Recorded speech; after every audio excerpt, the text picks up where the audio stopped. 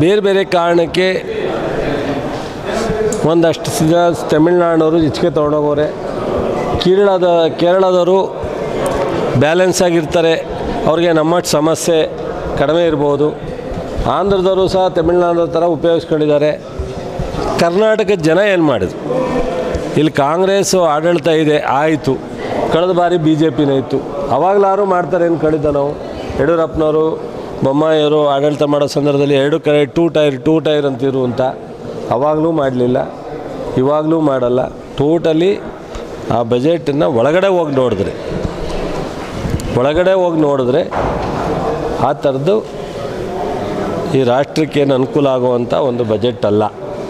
ಮತ್ತು ಮೇಲ್ನೋಟಕ್ಕೆ ಸ್ವಲ್ಪ ಏನೋ ಮಾಡಿರ್ಬೋದು, ಪ್ರಯತ್ನ ಮಾಡಿರ್ಬೋದು ಅನ್ನೋ ರೀತಿಯಲ್ಲಿ ಕಾಣುತ್ತೆ. ವಿಶೇಷವಾಗಿ ನಮ್ಮ ರಾಜ್ಯಕ್ಕೆ ತುಂಬ ಅನ್ಯಾಯ ಆಗಿದೆ.